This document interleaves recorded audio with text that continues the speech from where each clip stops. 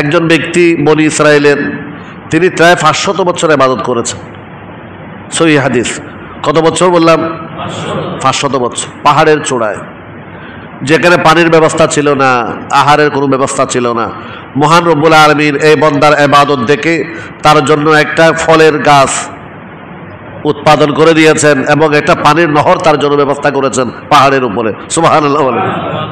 বেরিয়া ইবাদত, এখানে জনশূন্য এলাকা, পাহাড়ের চূড়ায় 500 বছর ইবাদত, শুধুমাত্র আল্লাহর জিকিরে, ইবাদতে, বন্দেগীতে, তাসবিহ, তাহলিল, এগুলাতে মশগুল ছিলেন 500 বছর।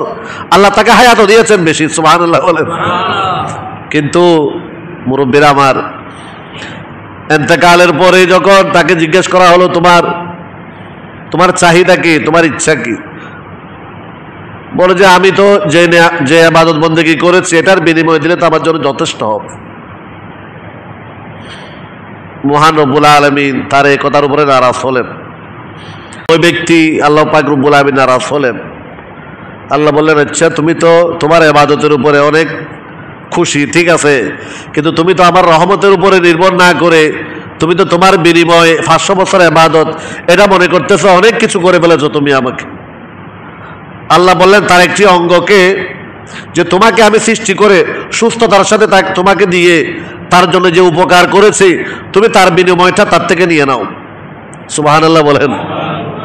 তার একটি অঙ্গ যখন তার বিনিময় নিয়ে নিল 500 বছরের ইবাদতের পরে, সে বলছে, আল্লাহ আমাকে সৃষ্টি করে তুমি তাকে যে উপকার করেছো আমি তো আরো পাবো, ইবাদত তো আর নাই। এই জন্য আল্লাহর হাবিব যখন, এই হাদিস সহিহ হাদিস, বুখারী শরীফে আছে, আল্লাহর হাবিব যখন বললেন যে কিয়ামতের ময়দানে কেউ আমল দিয়ে পার পাওয়া এটাই একরকম বিশ্বাস রাখবে ঠিক, কিন্তু এই কথা অকাট্যভাবে বলতে পারবে না যে আমার ইবাদতই আমার পরিত্রাণের জন্য যথেষ্ট, এই কথা কোনো ব্যক্তি বলতে পারবে না। আল্লাহর হাবিব বললেন, কিয়ামতের ময়দানে প্রত্যেক মানুষের জন্য আল্লাহর রহমত ছাড়া কোনো উপায় নেই। সাহাবায়ে কেরাম বলেন, ইয়া রাসূলুল্লাহ আপনারও কি এই অবস্থা হবে? আপনারও কি আমল কোনো কাজে আসবে না? আপনাকেও কি আল্লাহর রহমতের প্রয়োজন হবে? আল্লাহর হাবিব বলেন, কিয়ামতের ময়দানে আমাকে আল্লাহর রহমত আচ্ছাদন করে ফেলবে। সুবহানাল্লাহ বলেন।